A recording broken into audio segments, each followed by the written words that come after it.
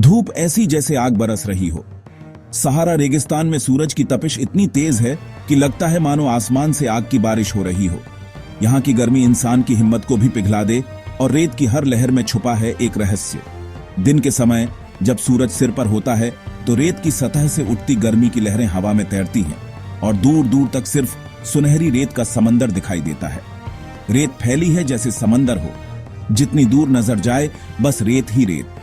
यहाँ न कोई पेड़ न कोई छांव, सिर्फ अनंत विस्तार। सहारा का ये रेगिस्तान दुनिया के सबसे बड़े और सबसे रहस्यमय इलाकों में से एक है। यहाँ की रेत में छुपी हैं अनगिनत कहानियां और हर कण में बसी है सदियों पुरानी सभ्यताओं की गूंज। यहाँ है सहारा रेगिस्तान और यहाँ राज करता है एक ऐसा बादशाह जिसके पास दुनिया का सबसे ज्यादा सोना है। ये बादशाह सिर्फ रेत का नहीं बल्कि सोने की दौलत का भी मालिक था। उसकी ताकत और रुतबा इतना था कि उसकी कहानियां आज भी लोगों की जुबान पर हैं। सहारा की इन रेतों में उसकी छाप आज भी महसूस की जा सकती है। नाम है उसका मंसा मूसा, माली साम्राज्य का महान सम्राट जिसकी दौलत के किस्से आज भी इतिहास में दर्ज हैं। मंसा मूसा का नाम सुनते ही सोने की चमक, शाही ठाठ और बेमिसाल अमीरी की तस्वीरें आंखों के सामने आ जाती हैं। कहा जाता है उसके पास इतना सोना था कि उसकी एक यात्रा ने दुनिया की अर्थव्यवस्था को हिला दिया था। कहानियां मशहूर हैं उसकी दौलत की, उसके कारवां की और उसके उस सफर की जिसने दुनिया को हिलाकर रख दिया था। मंसा मूसा के कारवां में सैकड़ों ऊंट, हजारों लोग और अनगिनत खजाने थे। जब वो अपने साम्राज्य से मक्का की यात्रा पर निकला तो उसके साथ इतना सोना था कि रास्ते के हर शहर की किस्मत बदल गई। उसकी दरियादिली और शाही ठाठ बाट ने सहारा की रेत में अमीरी की एक नई परिभाषा लिख दी। आज भी जब सहारा की हवाएं चलती हैं तो लगता है जैसे मंसा मूसा की कहानी हर रेत के कण में गूंज रही है। एक ऐसे बादशाह की कहानी जिसने रेत के समंदर में सोने की लहरें पैदा कर दी। मंसा मूसा माली साम्राज्य का 10वां मंसू। मंसू यानी सम्राट। उसके राज में माली की दौलत का अंदाजा लगाना भी मुश्किल था। सोने का इतना जखीरा जितना दुनिया ने पहले कभी न देखा था। मगर मंसा मूसा सिर्फ सोने का बादशाह नहीं था, वो था एक दूरदर्शी राजा, एक नेक दिल इंसान और अल्लाह का सच्चा बंदा।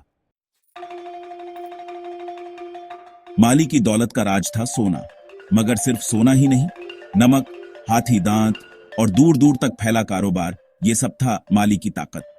इस दौलत से मंसा मूसा ने माली को बनाया एक ऐसा साम्राज्य जिसकी चर्चा दूर दूर तक होती थी। मंसा मूसा एक नेक दिल मुसलमान था। वो जानता था कि दौलत तो आती जाती रहती है, असली खुशी तो इल्म और नेकी में है। इसीलिए उसने फैसला किया कि वो हज पर जाएगा, अल्लाह के घर अपने रब का शुक्रिया अदा करने। साल था 1324। पश्चिमी अफ्रीका के विशाल साम्राज्य माली में सूरज की पहली किरणें फैल रही थीं। उस समय माली साम्राज्य अपनी समृद्धि और वैभव के चरम पर था। इसी साम्राज्य के सबसे प्रसिद्ध और शक्तिशाली शासक मंसा मूसा एक ऐतिहासिक यात्रा की तैयारी कर रहे थे। हज की यात्रा, जो इस्लाम धर्म के सबसे पवित्र कर्तव्यों में से एक मानी जाती है। लेकिन यह कोई साधारण यात्रा नहीं थी, बल्कि इतिहास में दर्ज होने वाली एक ऐसी यात्रा थी जिसकी चर्चा सदियों तक होती रही। मंसा मूसा निकला हज के सफर पर। उनके साथ था एक भव्य और भूतपूर्व काफिला, जिसकी भव्यता और शाही अंदाज ने हर देखने वाले को चौंका दिया। मंसा मूसा का यह सफर केवल धार्मिक आस्था का प्रतीक नहीं था, बल्कि यह उनके साम्राज्य की शक्ति, धन और संस्कृति का भी प्रदर्शन था। उनके प्रस्थान के समय पूरा शहर उमदरा पड़ेढ़ा था। लोगों की भीड़, ढोल नगाढ़ों की गूंज और शाही झंडों की लहराती कतारें, सब कुछ इस यात्रा को एक उत्सव में बदल रहे थे। यह कोई मामूली सफर न था, यह एक ऐसा कारवां था जो रेगिस्तान की रेत पर इतिहास की सबसे भव्य छाप छोड़ने वाला था। दूर दूर तक फैला हुआ यह काफिला जैसे एक चलता फिरता शहर हो। ऊंटों की कतारें, घोड़ों की टापें और लोगों की भीड़, हर कोई इस यात्रा का हिस्सा बनने को गर्व महसूस कर रहा था। रेगिस्तान की तपती धूप में यह काफिला मीलों तक फैला हुआ था और हर कदम पर उसकी भव्यता और शान झलक रही थी। 60,000 लोगों का काफिला, जिसमें सिपाही, दरबारी, विद्वान, व्यापारी और आम नागरिक भी शामिल थे। हर कोई अपने अपने काम में व्यस्त, लेकिन सबका लक्ष्य एक ही, मक्का पहुंचना। इस विशाल काफिले की सुरक्षा के लिए चुने गए थे माली साम्राज्य के सबसे बहादुर सिपाही, जो अपने शस्त्रों और कवच के साथ हर समय सतर्क रहते थे। उनके अनुशासन और एकता ने इस यात्रा को और भी भव्य बना दिया। नौकर, खजांची और सेवकों की लंबी कतारें जो हर जरूरत का ध्यान रखती थीं। 12,000 गुलाम, जिनमें से हर एक के हाथ में सोने की लाठी थी। ये लाठियां केवल धन का प्रतीक नहीं थी, बल्कि मनसा मूसा की शाही हैसियत और उनके साम्राज्य की समृद्धि का भी प्रमाण थी। इन गुलामों की पोशाकें भी कीमती कपड़ी डेहों से सजी थीं और उनके चेहरे पर गर्व की झलक थी कि वे इस ऐतिहासिक यात्रा का हिस्सा हैं। हर गुलाम के हाथ में चमचमाती सोने की लाठी थी जो सूरज की रोशनी में और भी जगमगा उठती थी। इन लाठियों की चमक दूर से ही लोगों का ध्यान अपनी ओर खींच लेती थी। यह दृश्य इतना भव्य था कि जिसने भी देखा वह दंग रह गया। मनसा मूसा का यह कारवां सोने की लाठियों और कीमती वस्त्रों से सजा हुआ रेगिस्तान में चलते चलते एक चलती फिरती दौलत की मिसाल बन गया था। 80 ऊंट जिन पर लदा था सोना, चांदी और कीमती सामान। इन ऊंटों की पीठ पर भारी भारी संदूक जिनमें भरे थे अनगिनत सोने के सिक्के, गहने और बेशकीमती वस्तुएं। हर ऊंट की चाल में एक अलग ही ठाठ था, मानो वे भी इस शाही यात्रा का हिस्सा बनने पर गर्व महसूस कर रहे हैं। इन ऊंटों के साथ चल रहे सेवक हर समय सतर्क रहते ताकि कोई भी कीमती सामान खो न जाए। इतना सोना कि अंदाजा लगाना भी मुश्किल है। रेगिस्तान की रेत पर बिखरी हुई यह दौलत सूरज की किरणों में और भी चमक उठती थी। मनसा मूसा का यह हज का सफर केवल धार्मिक आस्था का नहीं, बल्कि अफ्रीका की समृद्धि, शक्ति और शाही अंदाज का सबसे बड़ा उदाहरण बन गया। यह यात्रा आज भी इतिहास के पन्नों में सुनहरे अक्षरों में दर्ज है। रास्ते में पैडेढ़ा मिस्र का शहर काहिरा। यहां मनसा मूसा ने दिखाई अपनी दरियादिली, गरीबों को दान दिया, खूब सारा सोना बांटा। नतीजा, काहिरा में सोने की कीमत गिर गई। मिस्र की अर्थव्यवस्था पर इसका असर सालों तक रहा। हज से वापसी पर मनसा मूसा खाली हाथ नहीं लौटा। वो अपने साथ लाया था इल्म का खजाना। उसने अपने साथ बुलाए वास्तुकार, विद्वान, कारीगर, सबके सब अपने अपने क्षेत्र के महारथी। उसका मकसद था माली को बनाना इल्म और संस्कृति का केंद्र। मनसा मूसा ने टिम्बकटू शहर को बनाया इल्म का केंद्र। यहां उसने बनवाई भव्य मस्जिदें, मदरसे और विश्वविद्यालय, जहां दूर दूर से तालीम हासिल करने विद्यार्थी आते थे। यह शहर बन गया इस्लामी शिक्षा का केंद्र, जिसकी चर्चा दुनिया भर में होती थी।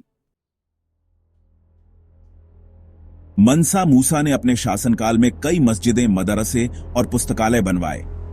ये पुस्तकालय इतने बड़े थे कि इनमें लाखों किताबें थीं, जिनमें धर्म, विज्ञान, दर्शन, हर विषय की जानकारी मौजूद थी।